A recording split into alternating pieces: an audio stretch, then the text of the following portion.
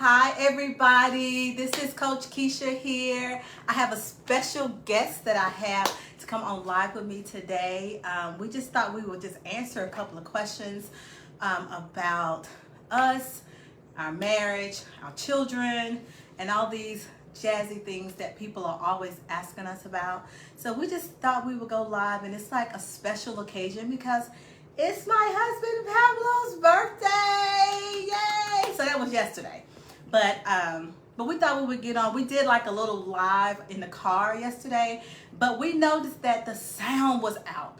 So we was like, let's just sit down and let's just talk about us, our lives, and let's just, see if we can get some people to ask us a couple of questions, or maybe we can ask some questions and pose to you guys, and then you guys can talk to us back so that we can just kind of have a little conversation. So my husband is new to the camera. He really don't like to be on. Nah, I don't like this. But I love this. I think he's going to be super amazing once he gets into the thing that he's supposed to be doing. So excited for him. But anywho, so we just wanted to come on and just talk a little bit about us and our family and our lives and our mental health and just some of the things that just on our heart and mind. So we just have like casual conversations. We also have a couple of questions that we're going to just talk about our lives and everything again.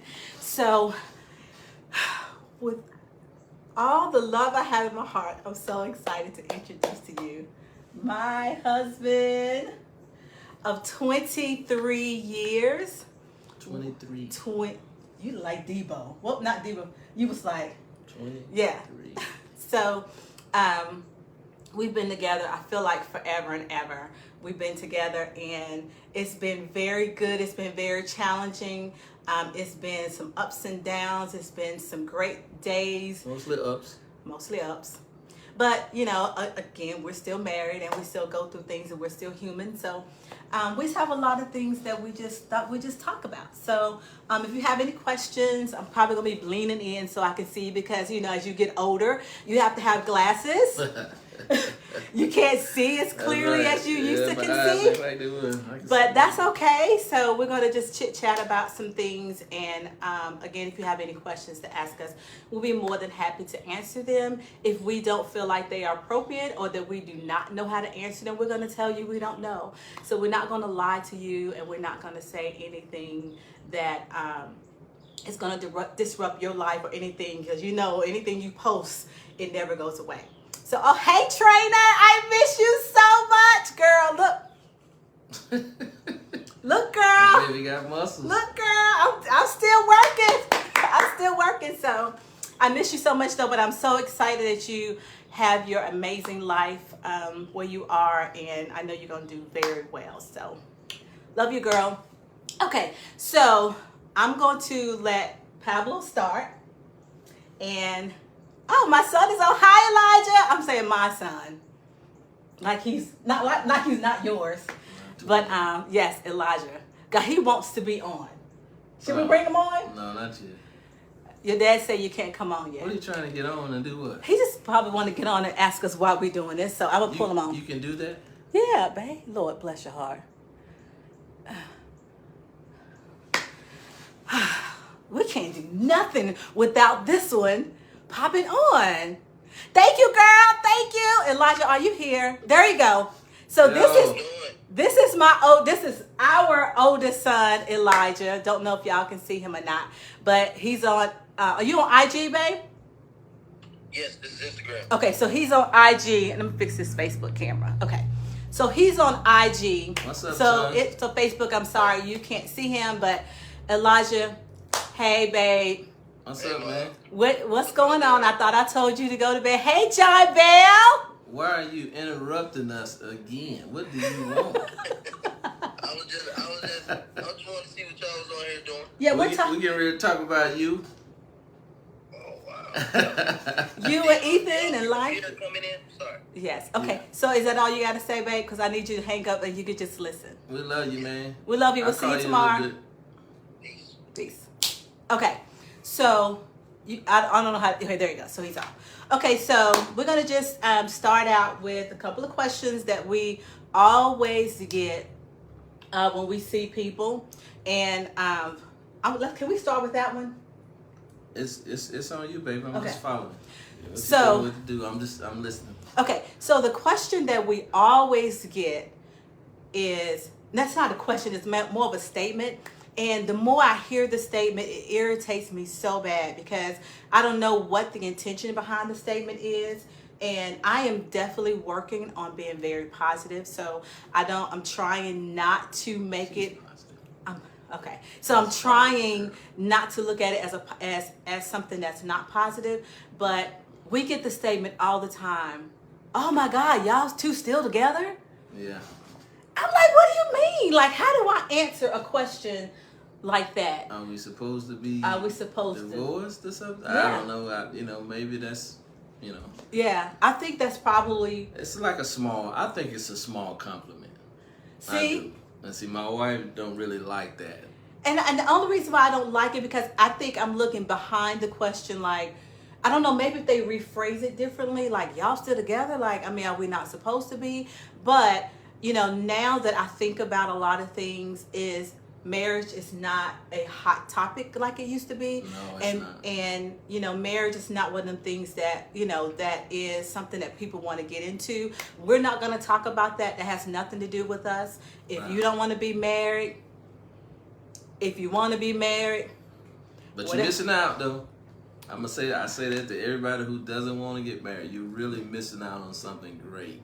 Yeah, look, Nicole say it's hate. Like, what do you mean? Right, that's what we're like. What do you mean? Well, we still together. I talk junk to everybody who's single. You're missing out. But I say, if you want to stay single, whatever you want to do in your life, it is absolutely your business as long as you're not hurting yourself or anybody else. Right. So my trainer is asking, what are some of your toughest challenges in marriage?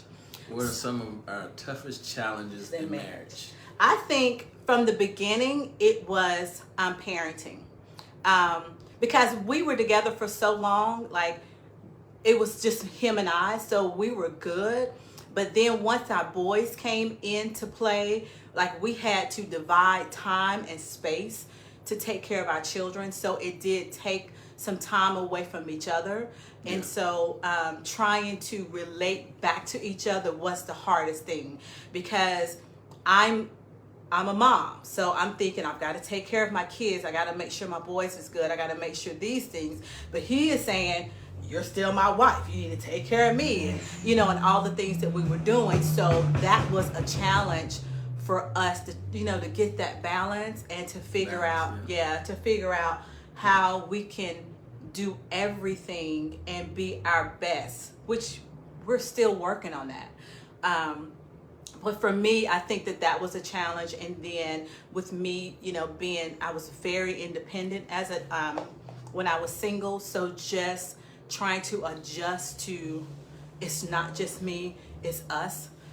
Because although we were together for a long time, I still went to my own stuff. He still went to his own stuff. But once we came into our space together, that was a challenge. And then having the boys made it a harder challenge. I say, for those of you who don't know, me and Kesha were together off and on, mostly on, for 10 years before we got married. So we were together for a long time, through high school, through college. Hey, Mom. So we knew each other pretty well. But when Elijah came, he was a wonderful challenge, and it did, parenting. It was different. It was different. It was difficult. It takes away from your relationship just a little bit, and you have to know how to make time for all of it. And it boils down to a lot of communication. Yeah. We were just expecting, this is the way parenting is supposed to be, because we saw my mother and father, or my mother and my stepfather and her mother and dad do it this way. So this is the way parenting and marriage is supposed to be. Right. And we were all jacked up by Right. trying to do it that way. We basically had to just come together and do it, from what we've learned from each other, as well as, our belief in God and how you're supposed to take care of your kids and family and things of that nature. So we kind of took it along that path. Yeah. Which was good. Yeah. It's worked out. Yeah. And I think one other good thing that that was That ain't my most challenge though. What'd you say is our most challenge? I think she asked what was like one of the biggest. You said parenting. Parenting. That wasn't mine. Okay, so what is yours? One of the biggest challenges I would say was just the being with the same person every single day. It was great. It's been great, but I think that's been our biggest challenge. Your biggest challenge. My biggest challenge. Okay. Not that I want to cheat or go and do something else. That's not the thing. That's not what I'm meaning was. But just us being with the same woman every single day. Well, if you don't love the woman that you with or the man that you with, and it's gonna be tough. And I love her, and I think that's the reason, we was able to get over all of that stuff. But that was just a little challenge in the early parts. Yeah. But I've pretty much caught up with that and past that. So. Yeah, and another challenge that we had is that so what she said, that's probably going to be my challenge. You gotta deal with the same person every day. And they change. They change. Every week it's like something new. It's not every week. Every year. How about, I feel like when the children came, there was a change. When I lost my job, when you lose a job, it's a change. Mm-hmm. When finances is a problem, it's gonna change some things. So you gotta those things. If you're not prepared for that type of stuff, those are some things that's gonna catch you. You got to be prepared for those. Okay, what your mom said? She said, "This little couple are wise beyond their years, and they belong to me, Mom." Oh, my mom. Yeah. Oh, yeah. Yeah. So thank you. Thank you, Mom. I love you. So and another challenge that we did very good with it because we wanted some of the same goals for our children, is that we wanted to raise our children differently than the atmosphere that we grew up in as children. Right. I mean, our parents, we love them. They did the absolute best that they could. We have our mom on right now and did the absolute best that they could. But there was just some things that we just wanted to do differently. And so we moved away from our family. So when we moved to Charlotte, by ourselves. So it was tough. And so I had a cousin here that I didn't even know I had a cousin here. And so he's my only kin cousin that I know that live in Charlotte. And Pablo, all of his family stays in Winston, from where we're from. So we didn't have any family here. So we had to learn to depend on each other. And we had to say, okay, your mom did it this way, my mom did it this way. Because this is a funny story. Like, Pablo's mom always used game. My mom always used like all or the washing powder. So yeah, like what? My mom would use game. And so Pablo was like, "We're using game." And I was like, "I don't want to use game." He was like, "But that's what I'm used to." I'm like, "But I'm used to using this." So it was like little things like that because we was just so used to what our mothers did. And like I did stuff the way my mom did, and he wanted to do stuff the way his mom did, or grandma, or just family. And so we had to sit down and say, what is best for us? Like, let's write these things down, and what can we compromise that, you may be used to, I may be used to, but we can find a medium. So, of course, after a while, we end up switching to game because I don't wash the clothes. Pablo wash. So if Pablo washes clothes, he should wash them with what he want to wash them in. But that didn't come like, it took me some time because, again, I felt like, how come my voice can't be heard? How come I can't do it the way that I'm used to doing it? So, we had to compromise on that. Yeah. So sometimes it's some of those little things that you're just used to as a kid that you have to change so that you can come together as a couple and do it your way. See, notice she keeps saying, come together. Yeah. You can't, one thing we're finding out is saying stuff in passing throughout the week doesn't horrible. It doesn't work for us. Yeah. We literally every week we sit down we no phones, no nothing. We sit down and we just talk. every week, Monday. every Monday, every week we sit down and we just talk about what we don't like, what we do like, What you didn't do what right. happened last week. Yeah. Okay, now let's make sure we clear on this. We didn't do this in, a lot of times in the beginnings, but we found out now we have to stop and communicate. Right. Or it's going to be a problem. It's going to be yes. And I wish that we would have done it a little bit earlier, but it's okay because God is going to fix all of that and we're getting so much better. Right. But family can be one of your biggest challenges if you let it be a challenge. And you have to be okay to say, okay, my mom didn't do that right, or my dad didn't do that right. Let's fix it to where it's right for us. Not that we're saying our parents wasn't great. It's just it's not going to be right for them. Us. It doesn't work for us. And that's okay. Right. And you have to be okay, and you can't always think that your way is the right way because it's probably not. And even if it is, it's not may not be conducive it's not conducive to us. Yes. Anthony say, "What's up, fam?" Hey, Anthony. What's up, man? So, so that was another thing that we that we decided that we was going to do for our family. Another thing is that we decided that we was going to raise our boys together. So when I say that, meaning we didn't allow our boys to go behind us and ask dad and then get dad's permission, but then don't ask me.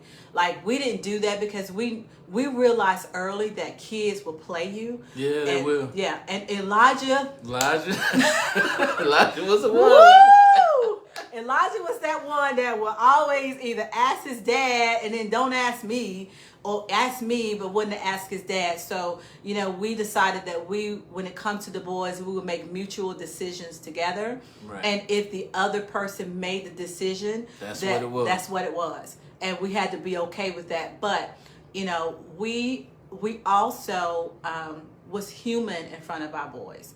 And what I mean by that is, I was telling me it's always Elijah, girl, yes. Yes. Yes. But we never. I'm talking about being human. Yeah, I'm sorry to cut you. No, go ahead. I know you was talking. I know one thing we never did was we said, arguments, disagreements not gonna happen in front of our children. Especially if they loud or crazy. We never have done anything loud or crazy. We've had a lot of disagreements, but we've never spazzed out, fought, yelled, did anything in front of our kids. They could tell you to this day. Yeah. My oldest could tell you right now he's never heard us argue. Yeah. Never. Yeah.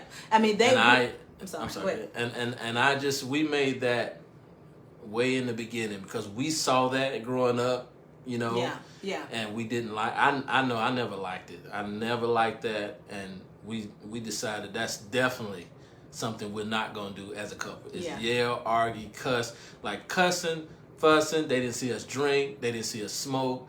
None of that growing up, and we just said this is what we're gonna do to raise our families different. So, but another thing that we did too was we were human in front of our kids. So our Crystal, happy birthday, Crystal! You happy birthday. Oh, thanks, Chris. So we were human in front of our kids. Yeah. Huh? Yeah, you got both of them, so you got to make sure you engage in both. Oh, yeah, I'm new to all this, so I gotta remember. I gotta keep my head right here. Okay, I got you. So when I say we were human in front of our boys, we express emotions in front of our boys. Like, our boys see us hug, they see us kiss, like they see us engage with each other, they see us talk to each other. And we were very touchy with our boys. So we always hugged them.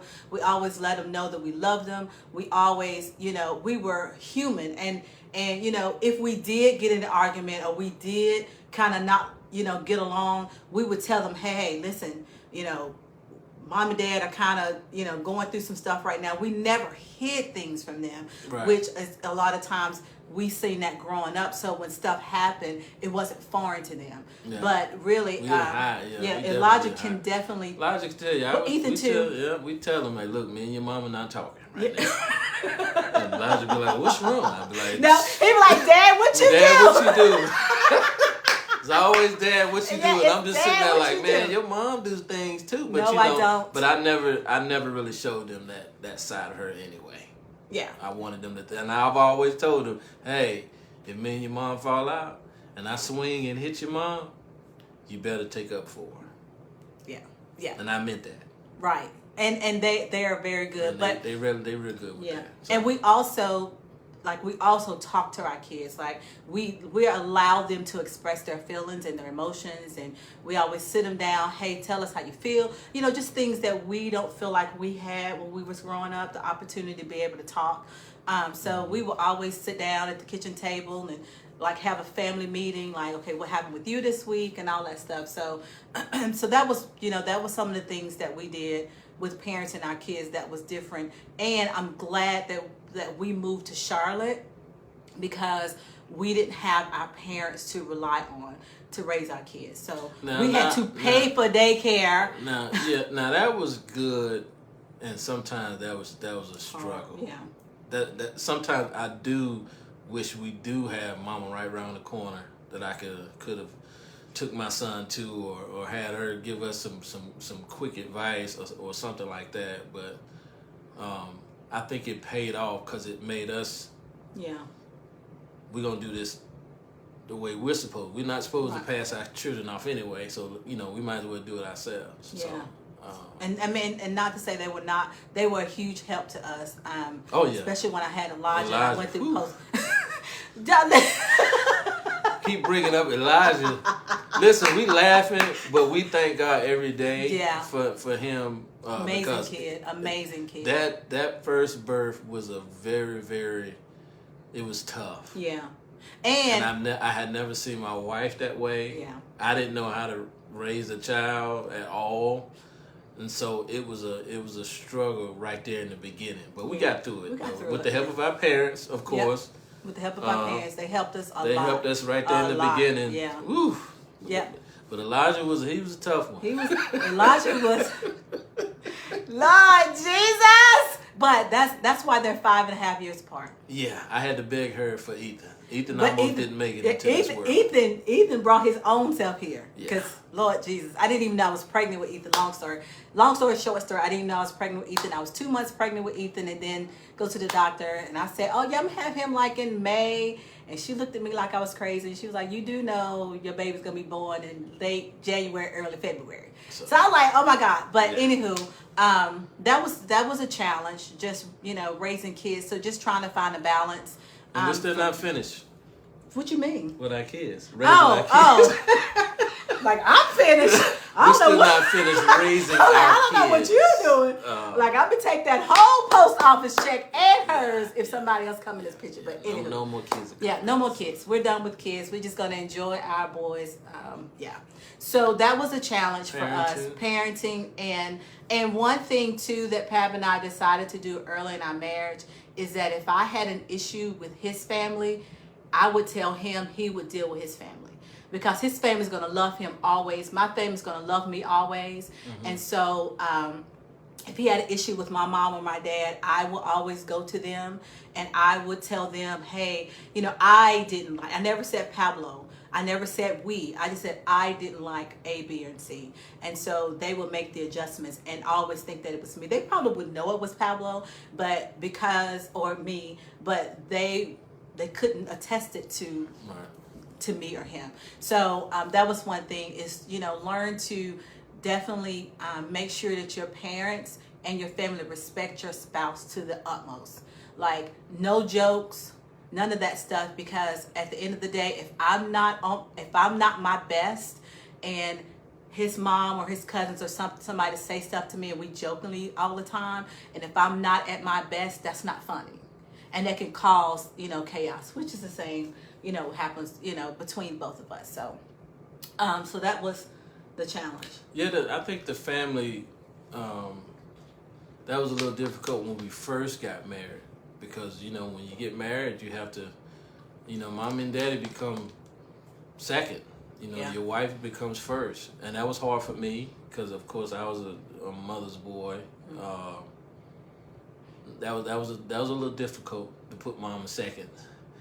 You know what I mean? But but we got through that pretty easy. But I mean, your mom was good though. Yeah, but my mother was. Yes, my was mother good. was. She's one that'll say you need to make sure you doing ABC with your wife. Yeah. Period. She was Point very blank. good. Never had an She's issue never with her gotten- trying to jump in to be Yeah. the mother or the wife of this house. She will always tell Pablo, make sure Keisha's okay. Make She sure takes this. Keisha's side anyway. She takes Keisha's side all the time anyway. I mean, don't say And it then like that. yeah. It was with her. It was what did you do? It's the same question. What did you do? And then I'm like, Ma, I ain't do nothing. And it's still you need to do A, B, C, and D to make sure you get this right with her. So Yeah. And So then that with, was like with Keisha's dad, it's never been an issue or anything. I felt that he's never. I've always treated him as a father, and so it's been great since the day that I met him. Okay, she said, is it hard raising boys in this society? Absolutely, yes. What values do you instill in them so that they don't get caught up in this evil world? Okay, so, wait a minute, spoiler. Okay, Trainer, 1 second. Tia, 1 second. Mom said, spoiler alert. Never mind. Never mind. Yeah, so we like our grandkids better. My mom like my grandkids. They like the grandkids better. I think that's every grandparent. But anywho, so yes, so raising boys today is really hard because although my son is 21 years old, and I think anybody can contest to this, I think even mom is still concerned about Pablo a lot when he goes out in the world. It's very hard, and you have to be truthful with them, and you have to make sure that they see a good example of a strong black man rolling in this community and this world. So I'm so thankful that Pablo was here. I'm thankful that he did not leave us. I'm thankful that he fought through the hard times and put his pride aside so that he can teach the boys a lesson when he really wanted to choke somebody out. So sitting down with them, like I said, we always sit down with them and we always talk to them about everything. We don't hide anything from the boys. Like, we talk to them about anything, everything. They ask us a question, we always answer the questions, and we always try to give them the absolute best answer that we can give them. But we always let them know that they always have a place here. Like, this is always a safe place for them to come to, no matter how they're feeling, what they're going through, how old they are. This home is always going to be home for them. So, we try to teach them right and wrong. Like, we don't put our kids in boxes. Like, we don't say, hey, don't go out. We don't do that, because we notice that when you do that all the time, it makes people want to do it more. So we talk to them about drugs. We talk to them about alcohol. We talk to them. We give them examples in our families. Like, we don't give them examples outside. We let them see true. We see them true. We let them see true examples that if you turn around, that person will be sitting right beside you at the cookout or at the family reunion, because we want them to understand that you're not but so far from that person. Right. So don't ever think it can't happen to you. Don't ever think that because they look good, they may not be doing A, B, and C. They are. So, we've always been truthful to them. We've always, of course, and the sad thing is we have to say, okay, if you get pulled, with a logic, you get pulled over, you have to A, B, and C to do what the police say. Come home. I don't care if you shot and killed somebody. Come home, and that's do what they say. Yeah. Go to jail if you have to. We'll take care of the rest. Yeah. Don't be trying to argue and be a tough guy out there on the street with these policemen. But with me, as father and two boys, I didn't have a father growing up. I had my stepfather. Ken was an amazing stepfather. Thank God for him. But I didn't have a father growing up. So a lot of the things that I learned from being on the street, doing street stuff, doing things that wasn't right. So I kind of know all the tricks of the trade, know all the bad things that could potentially happen to our boys. And so I never sugarcoated it with them. I always told them certain things. And I told them I went through and we did all this type of things. we want y'all to have a better life. Yeah. That's why we not, we don't stay here. We stay over here. So, because I want you guys to have a better life, and I want you guys to see what a better life looks like. And so I told them everything that I did, showed them a lot of real life examples of what happens when you do the wrong thing. We talked to them about drinking, talked to them about drugs, just very, very upfront and honest. And, and I didn't say this up front, we when they were born and the way we live, we pray, we'll drop our heads and pray for them in a second. And we've taught them how to talk to God and pray and believe for themselves, when they, out in certain areas. So we've taught them the word. They know God for themselves, and I know they still learning at that age, but it's something that I never got at that age. Like learning, like seeing your parents, when they see us praying, they see us doing the right thing, they see us asking, they see us talking to God. And I was always telling them, man, listen, you can talk to God, just ask him. And, so they learn how to know God for themselves. They're still learning how to know God for themselves and to get answers for themselves. Yeah. And me and Kesha, we're just vessels here to teach them, what God wants us to teach them.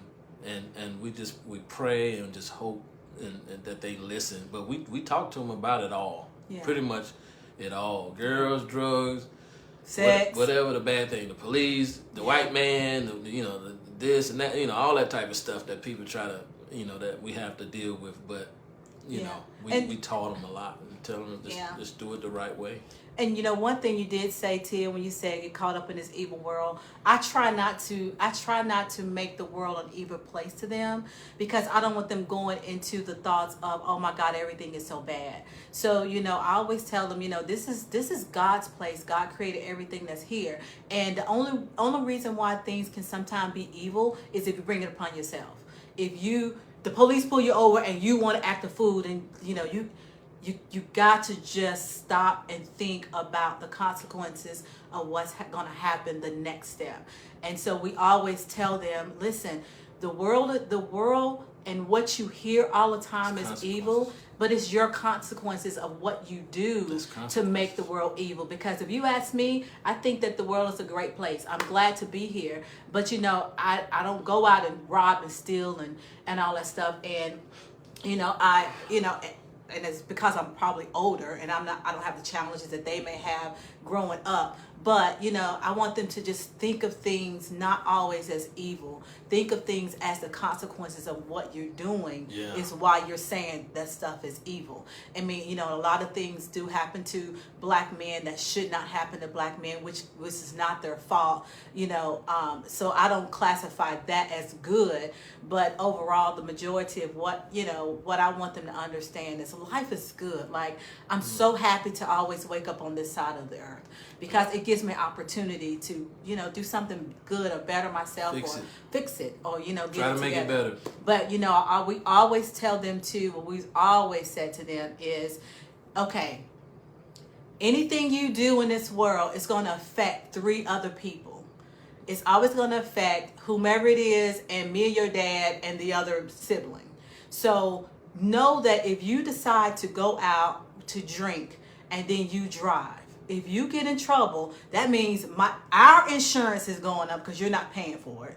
Then you got it. So I try to get them to think ahead before. It's never just about. It's never just about you. And then when he gets his family, I want them to think the same way. Carry that trait on. Like, it's not just about me. I can't selfishly do this just for me, because I have 3 other people that are in my family that depends on me to make the right choice or do the very best that I can. If not, ask questions. Yeah. Good job, babe. Okay, so anybody got any other questions? If not, we can go to our questions. We got a couple of questions that we got outside of that, that we're gonna ask. That we're gonna. Okay, so got you. Okay. How did we meet? Someone asked this question. We're gonna talk about. Me and Kesha met in, what was it, 1990? I don't know. Me and Kesha met in sophomore year, Glenn High School. Kernersville, North Carolina, right outside the gym on. God, you remember details. Yeah, the benches. Okay, I remember. details. Yeah, I'm gonna tell you how it happened. You ain't got to go into all that. Yeah. No, you don't. Yeah, I gotta tell this story. I'm one and up. Right? Yeah. One up.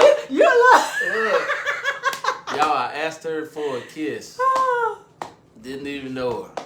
Oh God, did you have to say that? I was walking around. Look, listen. Here's the thing. I was walking around asking girls for kisses, being funny, not thinking no one would ever kiss me back. I was just being funny, and I was like, hey, hey, so and so, you didn't give me my kiss today, and I was just playing around to see if someone would actually do this, and she was the one that did it.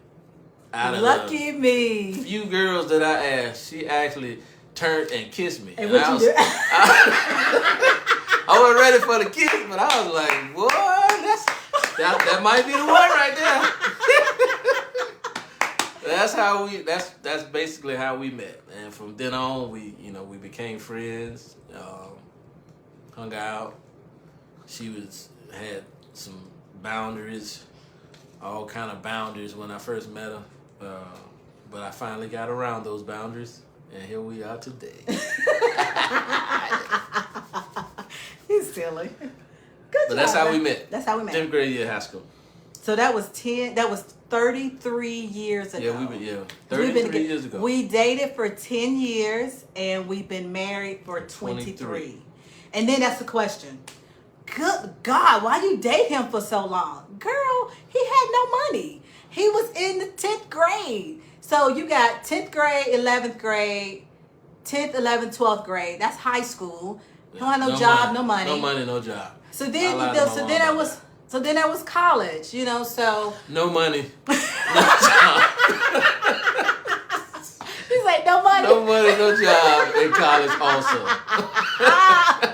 He didn't have no money. Yeah, I had money. She had money. I didn't have any money So- in college. Well, I spent, I had summer jobs, but that was about it. Yeah. So that's why we dated for so long. Yeah. Because we was in the 10th grade.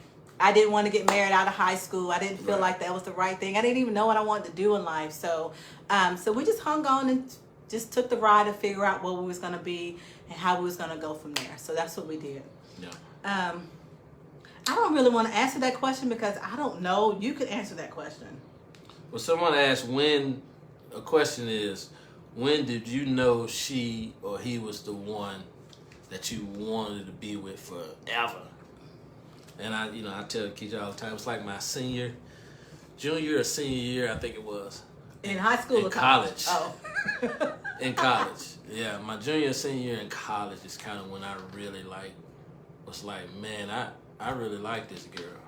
And, even though, it was so many other things, around that you could do, so many other things that I was doing, I was always thinking about her. And I always like, man, I can't wait till Kesha get home from work so we can kind of hang and do our thing and stuff like that. So for me, it was in my junior year going into my senior year of college was when I really said, I think I want to be with this girl. And then she dumped me after that, y'all. And I had to start from scratch. Tell them why.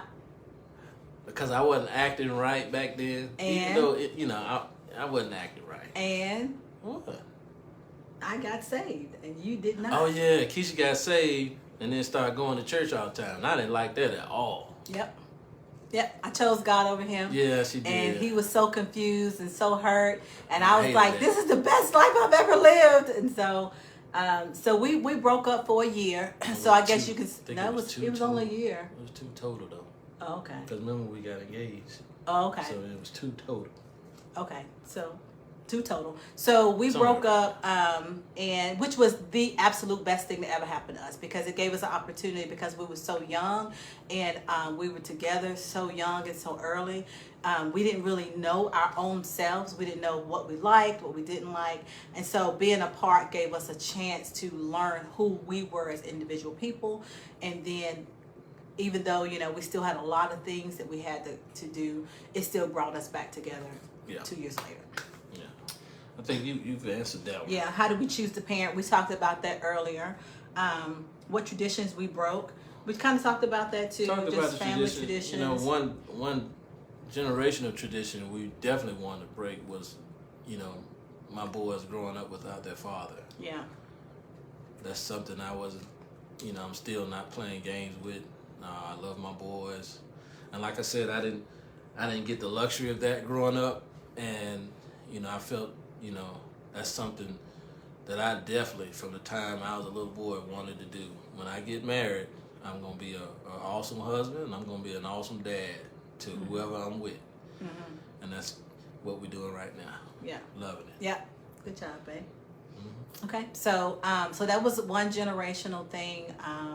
Another generational thing I think we talked about earlier was just making sure that we were always open and honest with our boys, and make sure that we talked to them about everything, and and to make sure that they understood, like when we said no to them, understood why we said no, instead of just saying because I told you so, which is some things that we got when we were older, which made us curious as to why they said no. So we would go out to figure out why they said no, and sometimes they said no, which was right, but because they didn't give us an opportunity or explain anything to us, We tried it ourselves. yeah, we tried ourselves and figured it out, and led us into some pathways that we wish we didn't go down. But thank God, that He restored all things, and we're working this out. So that was another thing that we wanted to make sure. We wanted to make sure that our boys knew they had a voice, that they can actually say stuff to us and say, hey mom, I don't understand, or mom, I didn't like how you spoke to me,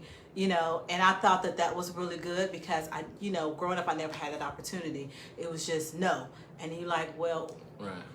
And so I wanted them to always know that if I say something to you that you didn't like or you don't understand, please ask me, because your friends don't know nothing. And that was one good word of advice that our parents did give us, is that your little friends, they don't know nothing. Yeah, so that's true. I hear that. I hear myself say it to a lot. Your little friends, they don't know nothing. They don't know nothing. They don't know nothing, which is absolutely a true statement. But, just to leave it open-handed like that, and to allow them, or try to let them figure it out on their own, is something that I did not want to chance with the boys at all. I wasn't willing to sacrifice them not knowing because I just didn't want to tell them, or I was in fear that they would uncover something about me that I didn't want them to know. So we've always been open about our boys. We always told them our past, the mistakes we made. The mistakes we made, the horrible mistakes we made. Yeah, we always let them know. We've told them, so they know. So they can't say, so nobody can say, well, is your mama? You be like, yeah, she already told me. Ain't nobody gonna come back later and say something about us Yeah. that my kids don't already know. Yeah, so that was one good thing that we did. So any other questions on that, babe? I wanted to ask, like, what, as a woman. You asking me, or you asking them? I'm asking you. As a woman, and then I'll do as a man. Okay. As a woman, what would you tell any ladies who are out there listening right now today about marriage, family, life? Give me some good advice. Yes. What you got, girl? Okay, so my big thing, I think a lot of you guys know or may not know, but I have embarked into the life of becoming a life coach. So I am an encouragement coach. I am a coach that will help encourage you and push you to your best self. And I want you to know that, the traumatic events in your life does not define the person that you are, and that you can live a happy and prosperous and happy, fulfilled life, even though you went through traumatic events. So my thing is, get help if you need it. Because you may not know, and you may think that you're fine, but there's times in your life that it's going to come back up, and you don't want it to come back up in awkward positions or awkward situations. It's going to come back. It's going to come back up. And I know people always say, the past is the past. No, the past is really not the past. It's going to come the back past is going to come. The past is only the past if you haven't dealt with it. If you have dealt with it, it can't come back to you as your past. It comes back to you as a lesson. Right. And so a lot of people do not deal with past things. And so when they grow up and they, mature as, well, you're really not maturing, but you grow up as your body grows up into a certain age, you still are going to be dealing with a traumatic event that happened in your life, and it affects you, it affects your marriage, it affects your whole inner being, and you can never really be the person that God created you to be. You can never be the person that lives a fulfilled life. And so, like, literally the past 5 years, I've been really working on myself. I've been really trying to figure out, why I act certain ways, why I'm this, why do I do that. It's because I realized that I had a lot of unhealed traumatic events that happened in my life. And so, I am 48. And I'm okay with the fact that I'm 48 and had to deal with these things, but I wish I would have dealt with them earlier so that I know I would be in a greater place. But I feel like I am in the timeline where God had me to be in, and I thank Him that He gave me the grace to raise my kids through my traumatic events, and that it didn't rub on them in a negative way. So if I can give anybody any advice, is deal with things that happen in your life. Be honest with yourself, and don't feel like you're the only person, because whether you believe that there's a devil or not, there is one. There is an enemy that's out to make sure that you are not happy, that you're never free. And that's why I'm saying it's going to come back up, because he's going to make sure that when you think that you're at your best, he's going to always bring something back up from your past. Yeah. So, if you know that there's something that you need to deal with, please deal with it, because it would take your whole life to a whole nother level, and you would be a much happier person. Right. So what advice do you have? What advice do you have? Okay, yes, I'm finished. I'm sorry. And look, just to pick on her for a minute, I want everybody to know and understand, as great as we look, and everybody think we're such an awesome and amazing couple, we've been to counseling. Yes. A lot. And like, we wasn't in counseling like mad at each other. We were just in counseling. Like, okay, I'm trying to understand her when she does this. Or when I go by myself, like, I don't like her this week. How do I deal with that? Not that we, and like, cause when we first started, I just want to touch this right quick. Okay. When we first thought about going to the counseling, I thought Kesha was trying to leave me. I was like, hell no. I said, I ain't going to no counseling. I said, if you leaving me, just sign the paperwork. I was like, listen, if you trying to leave me, I'm not going to see no counseling. Let's end it now. And she was like, no, you idiot, I'm not leaving you. We just gonna go get some help and talk. And at first, as a man, I was like, no, I'm good. I don't need to talk to no counselor. I'm straight, right? And if any men is on here listening, I got to that counselor, man, and when you talking about somebody crying and boo-hooing and falling all over the place, I didn't know I had those things that she brought out of me. And so counseling is good. Don't shy away from it if you have to get, whether you're single or whether you're married, you still can go see someone. Yeah. So that's a part of getting some help too. Talk to somebody. Yeah. And if you can't do counseling with somebody, if you see a couple that you trust and you trust your life with and you trust your spouse with, get with another couple. I mean, and make sure they ain't for just you. And I noticed that a lot of times, friends, like, girl, and I know I hate this too. That's another thing. Like, be for the couple. If your friend is not for your spouse, like, you're not my friend if you don't like my husband. Period.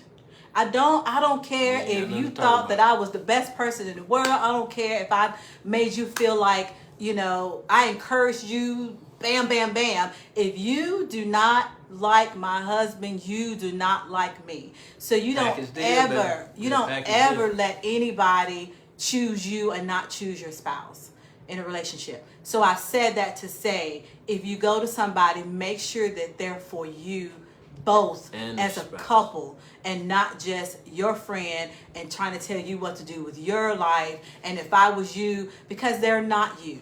They're not with your husband. Right. So just make sure you get somebody who is for you both and want to see you both. Yes. Be the best that you can be, because a lot of times people are always it's either his friend or her friend Right. that's trying to give you this stupid advice, and they going home with their spouse, and you going home looking like a nut. So just make sure you get somebody that's for you. That's why, we're fans of dealing with people who don't know us, because we've been together so long and people know us and they think they know us and they see us smiling all the time. They don't know that behind a closed door sometimes we could have just had an argument or whatever the case may be, and that I don't need you to pacify me. I need you to help me. So just make sure you're getting the right person. And if the counselor that you get is not right, it's okay to switch. Find another one, but don't stop until you find what you need. The answer that you need. Yeah, the answer you need, and the answer that's going to make you think deep down about yourself first, and then about the marriage coming together. But that was good. Okay. What about that? So as far as me, any advice that I would give any man married or men with kids, grown kids, young kids, it doesn't matter. I think the advice that I could give you is you gotta really, really know and love yourself first and foremost. Mm-hmm. You gotta be okay and love who you are first and foremost. Yeah. And then because men, we're the kings, we're supposed to take care, protect, do all of that stuff with the house, but if you're not on top of your game for yourself, you are doing your family a disservice. Yeah. Mm-hmm. Get right, get some help if you need to get some help. Like I said, the one thing I found is when me and Kesha got married and then we had the boys, that was my thing, like, whoa, it's not just about me. Buy them polo shirts every week. So I can't spend all my money. I can't do here. I ain't never do the club thing, or I was never a drinker or a smoker or anything like that. But I was like, man, it's I got to make sure she and my two boys are okay. Yeah. And so that's what I ran hard at. I'm taking care of my wife and my boys because I told my wife that's pretty much all I wanted to be. But for you men out there, take care of your responsibilities. Whether your kids are young or old, be a father to them. Yeah. I didn't have one. And it strikes me, I have my days where I get up and I'm a little upset that I don't know where my dad at, that type of thing. But the fact that I get to say something to, encourage, love on, hug on, talk to each and every day, it makes my day. Yeah. And so, I would say, I don't care if you got kids on the other side of the country, talk to them. Say something to them. Yeah. Always just know that your voice, trust me, they hear that voice. They're going to remember that voice somewhere. Mm-hmm. But if you trying to be 20, 19 years old, talking about what we did back in the day, I love folk when I go home, but they still, some of them be talking like, look, man, I ain't been 19 in a long time. You still talking about stuff we used to do in the hood. Like, come on, man. Like, hey, I ain't got time for that. I'm trying to let's uplift each other. Let's get better at this, get better at that, help each other with this, help each other with a business, whatever the case may be. But we got to get out of thinking about ourselves, and we got kids running around the city, wives running around the city, and we out doing the wrong thing. Yeah. Take care of your family, take care of your kids, take care of your everybody that you're responsible for, and mean it. Yeah, yeah. And have fun doing it. It's okay to just be a dad and a husband. That ain't whack or none of that. I love that. I love being a husband, love being a father. Yeah. So I got one last question. For me? Yep. Where's this so we can wrap it up? All right. Okay, so we kind of was trying to do this yesterday, but Pablo turned 49 yesterday. I did. He's almost half a century. Whew, boy. He's almost half a century years old. However, I can't remember how this happened. Oh, my cousin Ashley. Oh, he's on here. Hey, Ashley. Ashley, what's up, man? So my cousin Ashley, he put some pictures of himself out there when he was like in high school, football, and just different pictures when he was young. Yeah, that joker was a dog too at football. Ooh, he was a load you did not want to tackle. But anyway, go ahead. I'm sorry. Go ahead. So I asked him, it just prompted me to ask him, like, what would you tell that guy in that picture about? What would you tell him and warn him about if you could? Like a 20-year-old. Yeah. What would your 40-year-old self say to your 20-year-old or 10-year-old self? If you had a chance, what warnings, what things you would tell them? And I want to pose that question to whoever's online. So put your answers in the comment section, because I want to know. But I posed that question to him because when I seen the pictures of him, I'm thinking, I wonder what would you have said to that dude? So I asked Pablo yesterday, I said, you're turning 49. What would you have told your 20-year-old self now, or warned them about now that you've come 29 years? 29 years Yeah. So what would you have told yourself? So I asked him that question. So since it did not do what it was supposed to do yesterday, I don't know what happened. What would you tell your 20-year-old self? That even though I know what I know now, what I tell myself. Because usually a 20-year-old self didn't know what you know now. I would tell. Let me just shut this front door. So go ahead. I definitely would. As far as me being, I was a pretty good athlete. I didn't take athleticism seriously.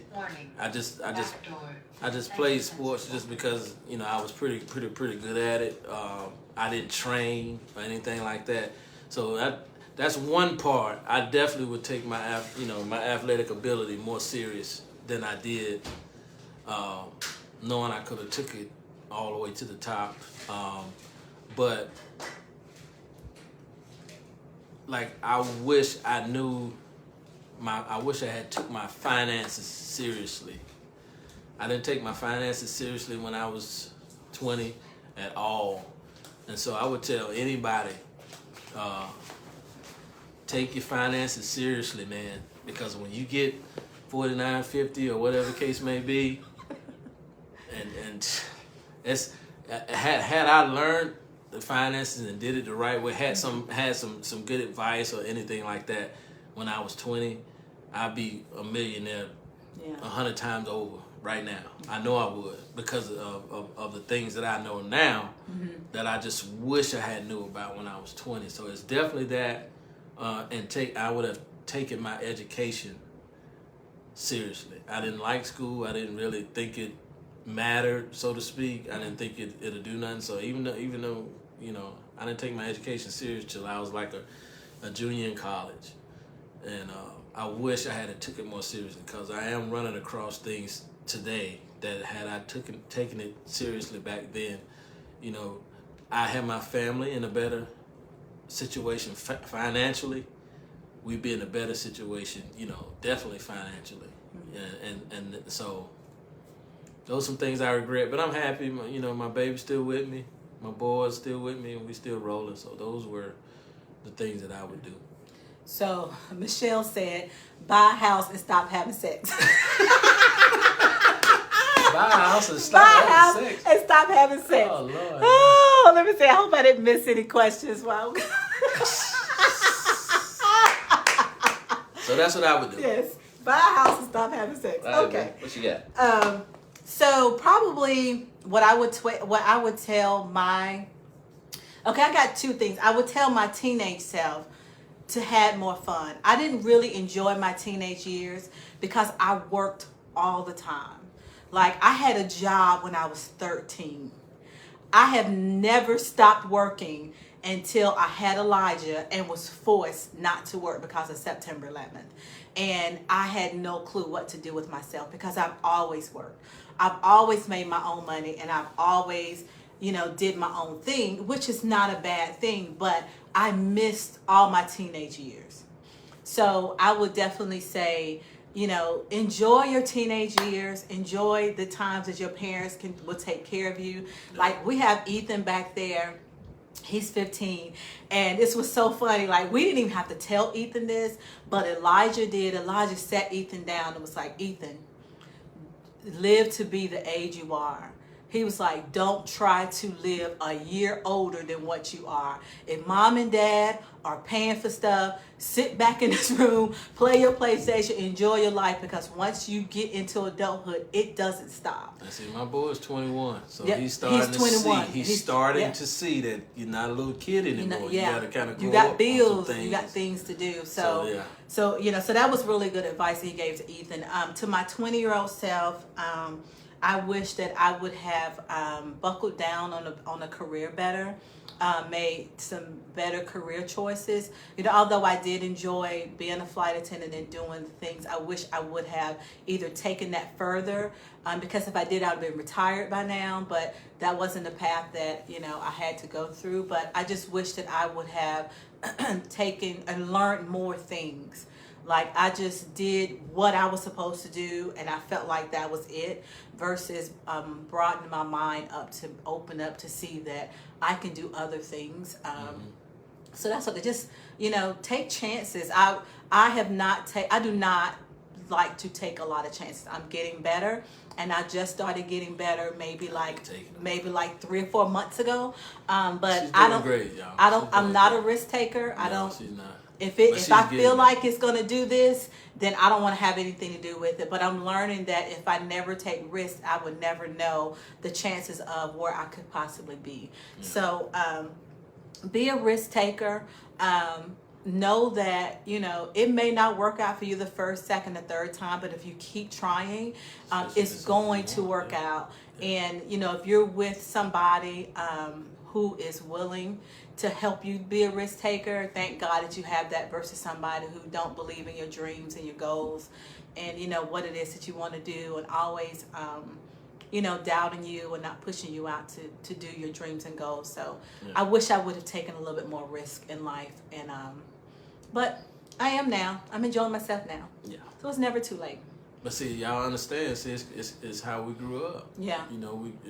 Sometimes the way you grew up is what you learn. You keep doing what you saw growing up, and then you get to that fork in the road, and you're like, wait a minute, I'm gonna try to go this way and just see, this is something different than what my family's always been doing. So that's where you got to take some risks, especially if you got somebody in your corner.